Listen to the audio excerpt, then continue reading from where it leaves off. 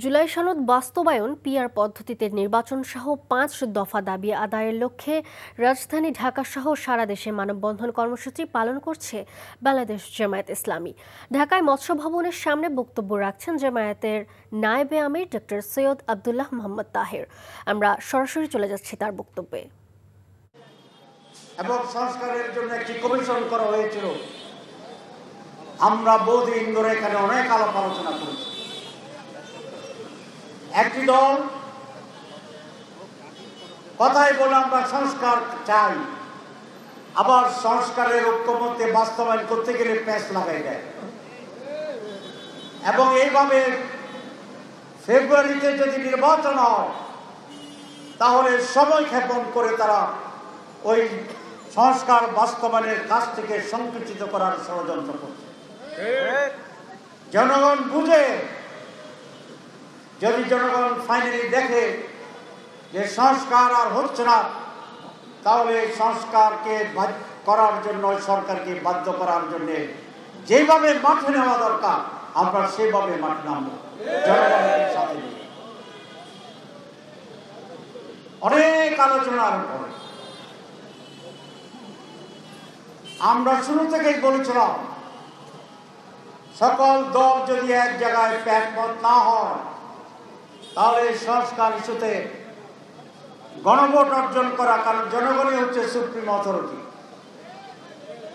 এটা খুব সোজা কথা যে আমি আপনি এক হতে পারি না, তো জনগণ ডিসাইড করুক। তারা শেষ পর্যন্ত গণভোটের জন্য রাজি হয়েছেন, তাদেরকে আমি ধন্যবাদ জানাই, বিএনপিকে ধন্যবাদ। কিন্তু যে কৌশলটা তারা করেছে, মানতে মানতে মানতে মানতে 2.5 মাস সময় কাটিয়ে দিয়েছে। এটা আমরা বুঝি, এটা যে সময় ক্ষেপণের টেকনিক, এটা আমরা বুঝি। শুরু থেকে যখন তারা সময় ক্ষেপণ করছিল সেটাও আমরা বুঝেছিলাম। এতক্ষণ আমরা জামায়াতের নায়েবে আমিরের বক্তব্যের অংশবিশেষ দেখছিলাম।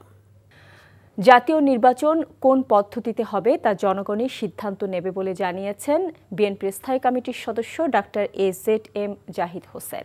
দুপুরে দিনাজপুরের নবাবগঞ্জে 4 উপজেলা বিএনপি আয়োজিত কর্মী সভায় তিনি একথা বলেন। তিনি বলেন, আগামী জাতীয় সংসদ নির্বাচন ফেব্রুয়ারি মাসে অনুষ্ঠিত হবে, সেই লক্ষ্যে দলের নেতাকর্মীদের প্রস্তুতি নেওয়ার আহ্বান জানান। এদিকে গণভোটের দাবি জাতীয় নির্বাচনের আগে করে নির্বাচনকে পিছিয়ে দেওয়ার চেষ্টা করা হচ্ছে বলে মন্তব্য করেছেন বিএনপির সিনিয়র যুগ্ম মহাসচিব রুহুল কবির রিজভী আহমেদ। আজকে পিআর নিয়ে যেহেতু রাজপথে একটু আন্দোলন বা কর্মসূচি দিয়েছেন, যা দেওয়ার মধ্যে পলিটিক্যাল পার্টি হিসাবে আমরা এটাকে কোনো ধরনের নেগেটিভলি দেখতে চাই না।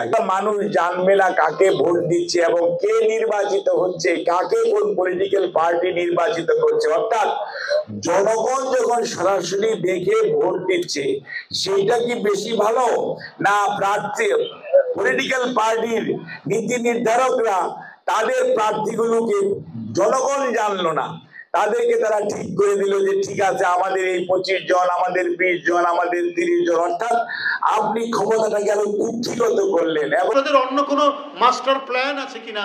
যারা নভেম্বরে গণভোটের কথা বলছেন, আগামী মাস নভেম্বরে একটা গণভোট তৈরি করতে গেলে এর যে আয়োজন, এর যে প্রস্তুতি, এটা মানে সারা দেশের মানুষকে সম্পর্কে সচেতন করা, ওটা তো 1 মাসে সম্ভব নয়।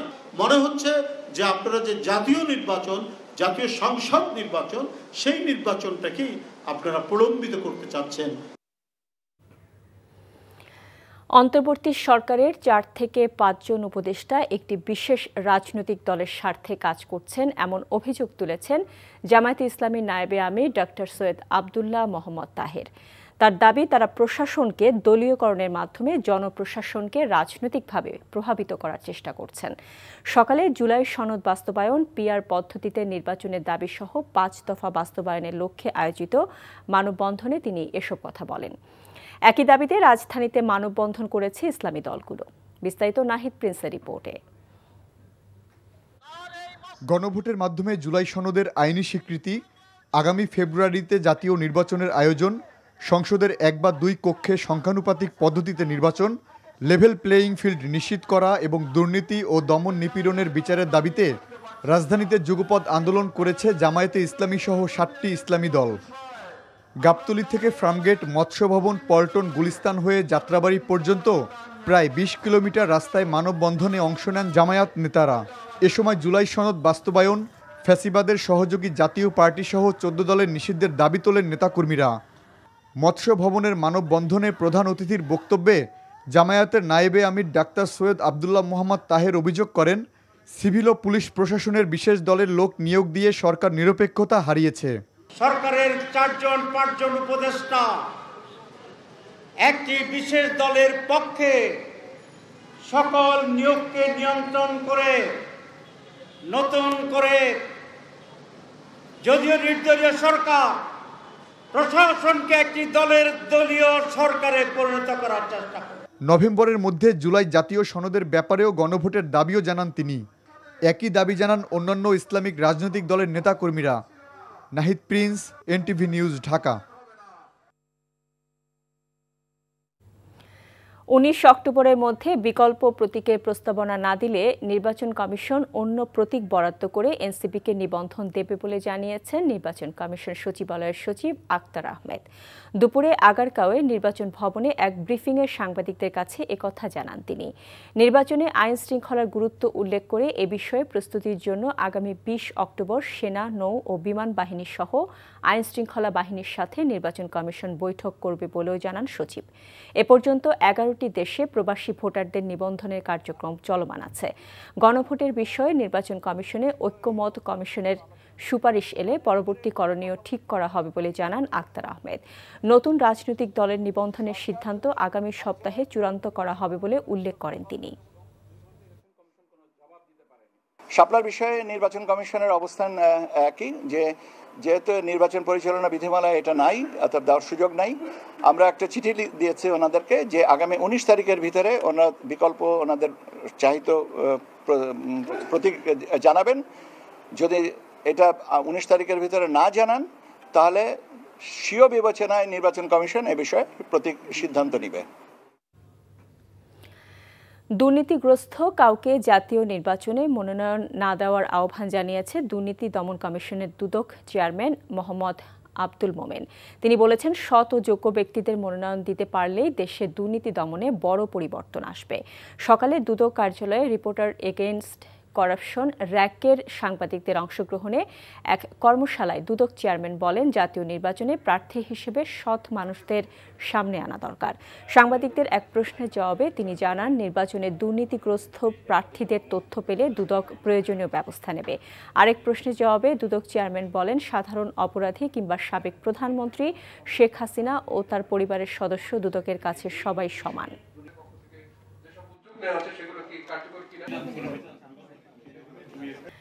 হাসিনার সরকারের আমলে গুম, খুন ও বিচার বহির্ভূত হত্যাকাণ্ডের শিকার হওয়া পরিবারের সদস্যরা সরকারের কাছে কোনো ক্ষতিপূরণ চায় না, শুধু চায় ন্যায় বিচার।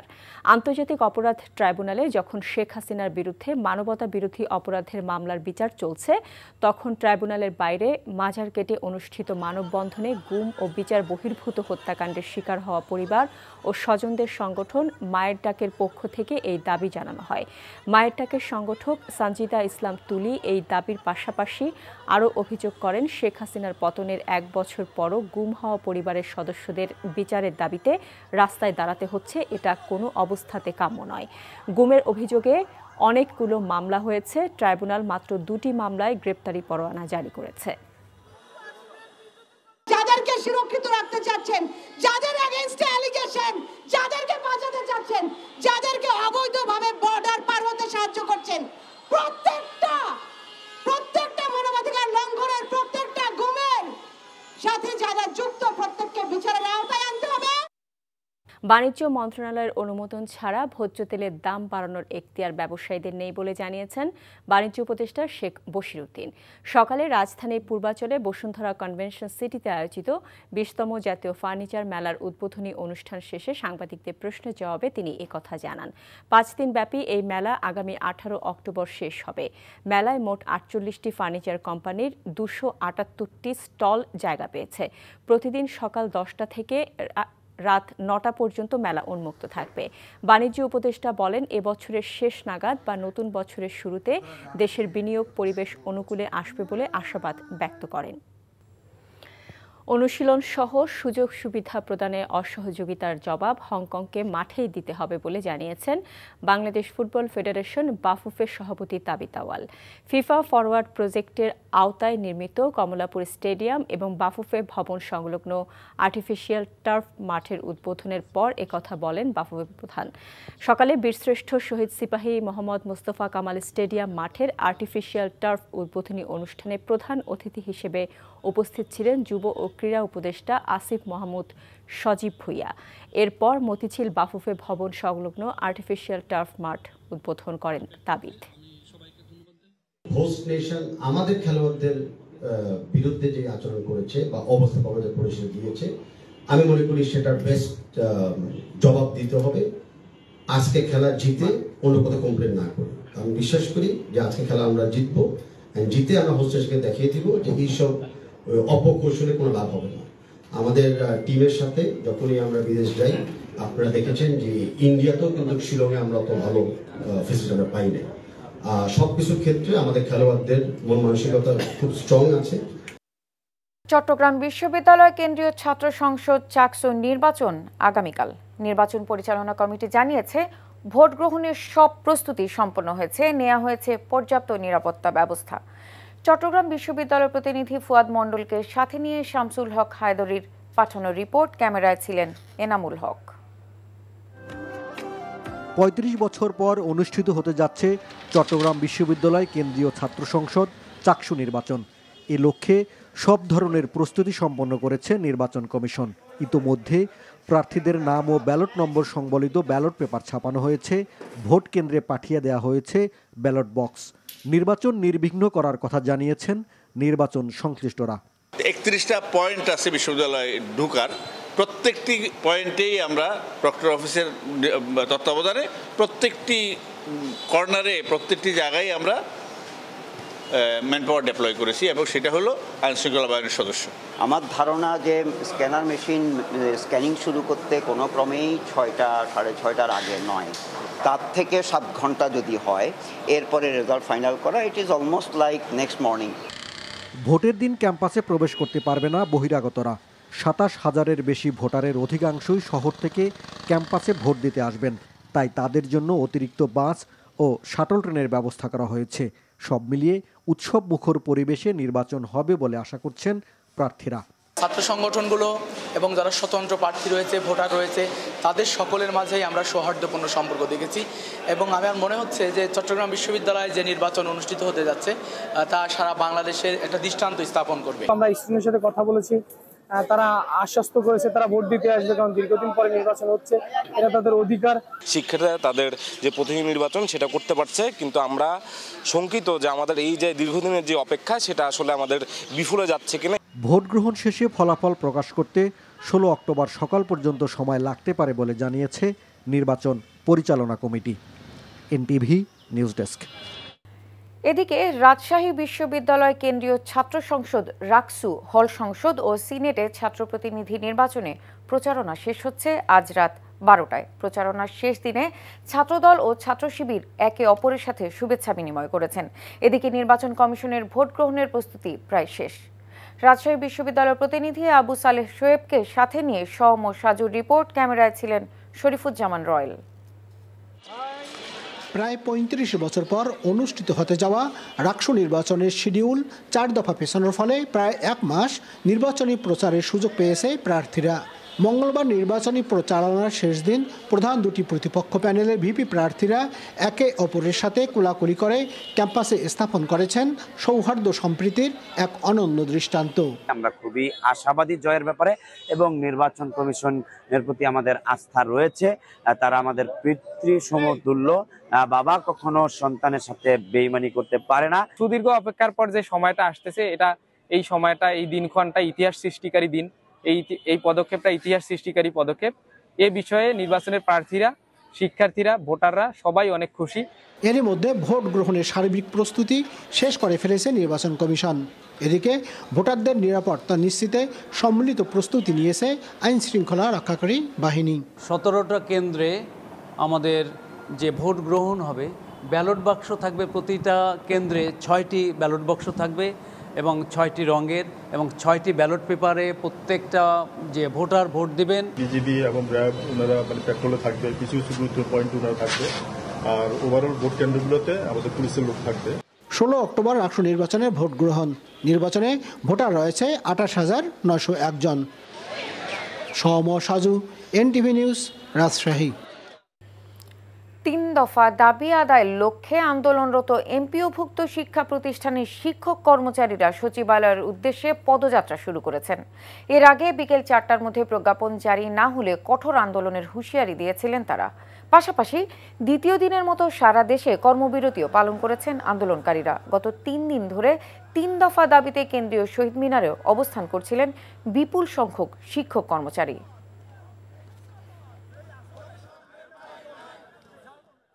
শাপলা প্রতীক দলটির আইনগত অধিকার, এতে রাষ্ট্রীয় বা সাংবিধানিক কোনো বাধা নেই এবং শাপলা প্রতীক নিয়েই আমরা নির্বাচনে অংশগ্রহণ করব বলে মন্তব্য করেছেন উত্তরাঞ্চলের মুখ্য সংগঠক সার্জিস আলম। দুপুরে নেত্রকোনার এক সভায় তিনি এসব কথা বলেন। শাপলা প্রতীক পেতে এনসিপির কোনো আইনগত বাধা দেখিনি। আমরা মনে করি যে নির্বাচন কমিশন অভ্যুত্থান পরবর্তী বাংলাদেশে তাদের জায়গা থেকে এই স্বেচ্ছাচারিতা আচরণটা করবে না এনসিপির সাথে। আমরা প্রত্যাশা করছি অবশ্যই আমরা শাপলা প্রতীক পাবো এবং শাপলা প্রতীক নিয়ে আগামীর যে নির্বাচন সেই নির্বাচনে অংশগ্রহণ করবে। নাটোর শহরের ব্যস্ততম নিচাবাজার এলাকার হাসপাতাল রোড ও ব্যাংক রোডে সড়ক ও ড্রেন দখল করে গড়ে ওঠা অবৈধ ব্যবসা প্রতিষ্ঠান ও স্থাপনা উচ্ছেদ করেছে পৌরসভা।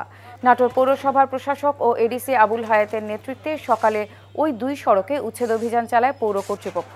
দীর্ঘদিন ধরে সবজি দোকানি সহ অন্যান্য ব্যবসায়ীরা সড়কের ওপর দোকান বসানোর কারণে সড়ক সংকীর্ণ হয়ে সাধারণ মানুষ ও যান চলাচল ব্যাহত হচ্ছে। জনদুর্ভোগ লাঘবে উচ্ছেদ অভিযান চালায় পৌর কর্তৃপক্ষ। বিকেল 4টার মধ্যে প্রজ্ঞাপন জারি না হলে কঠোর আন্দোলনের হুঁশিয়ারি দিয়েছিলেন তারা। পাশাপাশি দ্বিতীয় দিনের মতো সারা দেশে কর্মবিরতিও পালন করেছেন আন্দোলনকারীরা। গত 3 দিন ধরে 3 দফা দাবিতে কেন্দ্রীয় শহীদ মিনারেও অবস্থান করছেন শিক্ষক কর্মচারীদের একটি অংশ। আপেল শাহরিয়ারের রিপোর্ট। শিক্ষার্থীদের পাঠদানে বিরতি দিয়ে নিজেদের দাবি আদায়ে রাজপথের আন্দোলনে নেমেছেন শিক্ষকরা। বাড়ি ভাড়া, চিকিৎসা ভাতা ও উৎসব ভাতা বাড়ানোর দাবিতে কেন্দ্রীয় শহীদ মিনারে অবস্থান করছেন বেসরকারি শিক্ষা প্রতিষ্ঠানের এমপিওভুক্ত শিক্ষক কর্মচারীরা।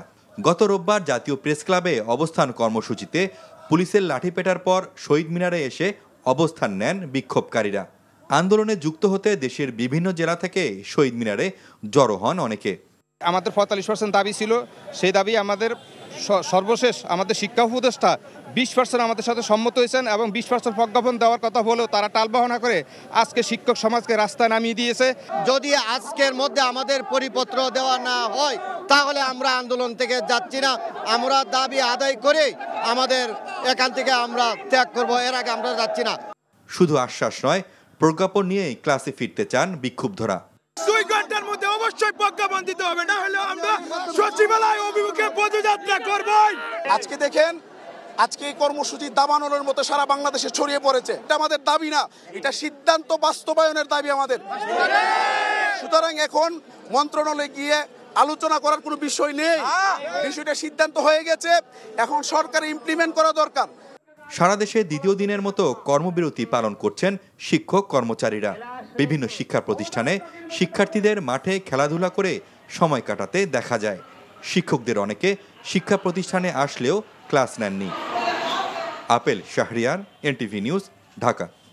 বিএনপি মহাসচিব মির্জা ফখরুল ইসলাম আলমগীর বলেছেন, রাজনৈতিক কোনো ভুল পদক্ষেপের কারণে দেশ যাতে আবারও ফ্যাসিস্টের নির্যাতনের কবলে না পড়ে সে বিষয়ে সবাইকে সতর্ক থাকতে হবে। অন্যদিকে ডাক্তার AJM জাহিদ হোসেন বলেছেন, নির্বাচন কোন পদ্ধতিতে হবে তার সিদ্ধান্ত নেবে জনগণ। ঠাকুরগাঁও ও হিলিতে পৃথক অনুষ্ঠানে তারা এসব কথা বলেন। হাসান মাহমুদের আরেকটি রিপোর্ট।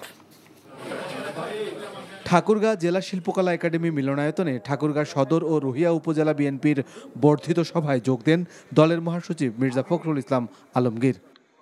প্রধান অতিথির বক্তব্যে মির্জা আলমগীর বলেন, আগামী নির্বাচনের উপর নির্ভর করছে দেশের রাজনৈতিক ও অর্থনৈতিক ভবিষ্যৎ। তিনি বলেন, দানবীয় দুঃশাসনের পর ছাত্র জনতার গণ অভ্যুত্থানের মধ্য দিয়ে গণতন্ত্রে উত্তরণের যে সুযোগ সৃষ্টি হয়েছে তাতে ভুল করা যাবে না। এখন এই যে একটা উত্তরণের সুযোগ আমরা পেয়েছি, এই সময়টা আমাদেরকে অত্যন্ত সাবধানে সতর্কতার সঙ্গে পা ফেলতে হবে। আমাদের মনে রাখতে হবে যে আমাদের ভুলের কারণে, রাজনৈতিক কোনো ভুল পদক্ষেপের কারণে আমরা যেন আবার সেই ফ্যাসিস্টদের নির্যাতনের কবলে না পড়ি। অর্থাৎ ফ্যাসিস্টদেরকে আমরা আর ফেরত দেখতে চাই না। এদিকে দিনাজপুরের নবাবগঞ্জে বিএনপির এক কর্মী সভায় ডাক্তার এজেডাম জাহিদ হোসেন বলেছেন, নির্বাচনের পদ্ধতি ঠিক করবে জনগণ। জনগণ যখন সরাসরি দেখে ভোট দিচ্ছে, সেইটা কি বেশি ভালো না প্রার্থী পলিটিক্যাল পার্টির নীতি নির্ধারকরা তাদের প্রার্থীগুলোকে জনগণ জানলো না, তাদেরকে তারা ঠিক করে দিল যে ঠিক আছে আমাদের এই 25 জন, আমাদের 20 জন, আমাদের 30 জন, অর্থাৎ আপনি ক্ষমতাটাকে আরো কুক্ষিগত করলেন। এছাড়া রাজধানীতে জাতীয় প্রেস ক্লাবে এক অনুষ্ঠানে রিজভী আহমেদ বলেছেন, সংসদ নির্বাচনের আগে গণভোটের দাবি নির্বাচনকে বিলম্বিত করার অপচেষ্টা। Hasan Mahmud, NTV news, Dhaka. মানবতা বিরোধী অপরাধে অভিযুক্ত সেনা কর্মকর্তাদের কোন বিবেচনায় ও যুক্তিতে অন্য অভিযুক্তদের থেকে পৃথক ব্যবস্থাপনায় রাখার সিদ্ধান্ত নেওয়া হয়েছে, এ ব্যাপারে সরকারের কাছে ব্যাখ্যা চেয়েছে ট্রান্সপারেন্সি ইন্টারন্যাশনাল বাংলাদেশ টিআইবি। গণমাধ্যমে পাঠানো বিবৃতিতে টিআইবি জানায়, আইনের দৃষ্টিতে সকলেই সমান। ন্যায় বিচারের এই মৌলিক ভিত্তিকে বিবেচনায় নিয়ে অবিলম্বে এই বৈষম্যমূলক সিদ্ধান্ত প্রত্যাহারের দাবি জানায় টিআইবি। সংস্থাটির নির্বাহী পরিচালক ডক্টর ইফতেখারুজ্জামান বলেন, একই অভিযোগের ক্ষেত্রে পরিচয় বা পদমর্যাদা বিবেচনায় নেয়ার কোনো সুযোগ নেই। এভাবে কাউকে বিশেষ সুযোগ সুবিধা প্রদান বা মূল্যায়ন ন্যায় বিচারের পরিপন্থী। অন্য অভিযুক্তরা যদি যথা নিয়মে বেসামরিক কর্তৃপক্ষের নিয়ন্ত্রণাধীন ব্যবস্থায় কারা হেফাজতে থাকতে পারে, তাহলে অভিযুক্ত সেনা কর্মকর্তাদের জন্য বিশেষায়িত সাব জেলের সুবিধা কেন, এমন প্রশ্ন রাখেন টিআইবি নির্বাহী প্রধান। চট্টগ্রাম বিশ্ববিদ্যালয় কেন্দ্রীয় ছাত্র সংসদ চাকসু নির্বাচনকাল নির্বাচন পরিচালনা কমিটি জানিয়েছে, ভোটের সব প্রস্তুতি সম্পন্ন হয়েছে, নেওয়া হয়েছে পর্যাপ্ত নিরাপত্তা ব্যবস্থা। ৩৫ বছর পর অনুষ্ঠিত হতে যাচ্ছে চট্টগ্রাম বিশ্ববিদ্যালয় কেন্দ্রীয় ছাত্র সংসদ নির্বাচন। ভোট কেন্দ্রে পাঠিয়ে দেওয়া হয়েছে ব্যালট বাক্স। নির্বাচন নির্বিঘ্ন করার কথা জানিয়েছেন নির্বাচন সংশ্লিষ্টরা। ভোটের দিন ক্যাম্পাসে প্রবেশ করতে পারবে না বহিরাগতরা। ২৭,০০০-এরও বেশি ভোটারের বেশিরভাগই শহর থেকে ক্যাম্পাসে ভোট দিতে আসবে। তাদের জন্য অতিরিক্ত বাস ও শাটল ট্রেনের ব্যবস্থা করা হয়েছে। উৎসবমুখর পরিবেশে নির্বাচনের আশা করছে প্রার্থীরা। ভোট গ্রহণ শেষে ফলাফল প্রকাশ করতে ১৬ অক্টোবর সকাল পর্যন্ত সময় লাগতে পারে বলে জানিয়েছে নির্বাচন পরিচালনা কমিটি। কোনো ধরনের নিয়ম নীতির তোয়াক্কা না করে সয়াবিন তেলের দাম বাড়িয়েছে ব্যবসায়ীরা। রাজধানী পূর্বাচলে এক অনুষ্ঠান শেষে বাণিজ্য উপদেষ্টা শেখ বশিরউদ্দিন দাবি করেন, ভোজ্য তেলের দাম বাড়ায়নি সরকার। ক্যাব বলছে, সরকারের শক্ত পদক্ষেপ ছাড়া ব্যবসায়ীদের দৌরাত্ম্য কমানো সম্ভব নয়। মেজবা হাসানের রিপোর্ট। ঊর্ধ্বগতির বাজারে যেন ঘি ঢালল সয়াবিন তেলের দাম। সরকারের পক্ষ থেকে দাবি করা হয়, কোনো ধরনের নোটিশ ছাড়াই নিজেদের ইচ্ছামতো দাম বাড়িয়েছে ব্যবসায়ীরা। তেলের দাম বৃদ্ধি হবে কি হবে না, এটার পুরো বিশ্লেষণ বাণিজ্য মন্ত্রণালয় করে বাস্তবমুখী সিদ্ধান্ত নেবে। ম্যানুফ্যাকচারার অ্যাসোসিয়েশনে প্রেস রিলিজ দেওয়ার কোনো বৈধতা নেই যতক্ষণ পর্যন্ত না এটা বাণিজ্য মন্ত্রণালয় কর্তৃক স্বীকৃত হয়। তাহলে স্যার এটি একতরফা ছিল স্যার আপনাদের সাথে? নিশ্চিতভাবে, কারণ আমি তো এটা অনুমোদন দেইনি। আমি যে জিনিসের অনুমোদন দেইনি সেই জিনিস প্রেস রিলিজ আকারে যাবে কেন? বাজারে তেলের যোগান স্বাভাবিক থাকলেও কমিশন কমিয়ে দিয়ে কোম্পানিগুলো তেল দিচ্ছে বলে অভিযোগ বিক্রেতাদের।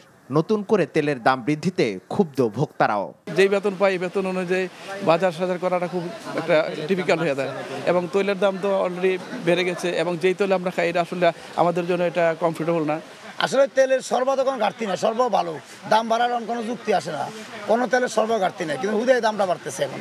ভোক্তাদের নিয়ে কাজ করা সংগঠন ক্যাব বলছে, অসাধু ব্যবসায়ীদের লাগাম টানতে আইনি পদক্ষেপের বিকল্প নেই। বাণিজ্য মন্ত্রণালয় মূলত তেল এবং চিনির দাম পিরিয়ডিক্যালি আপনার এটি দাম বৃদ্ধি বা কমানো হয়। এটি এইবার যে দাম বাড়ানোর যে সিদ্ধান্তটা এটি আসলে ভোক্তার স্বার্থ বিরোধী হয়েছে বলে আমি মনে করি। দাম সহনীয় পর্যায়ে রাখতে মনিটরিং বাড়ানোর তাগিদ ভোক্তাদের। Misbah Hasan, NTV news, Dhaka.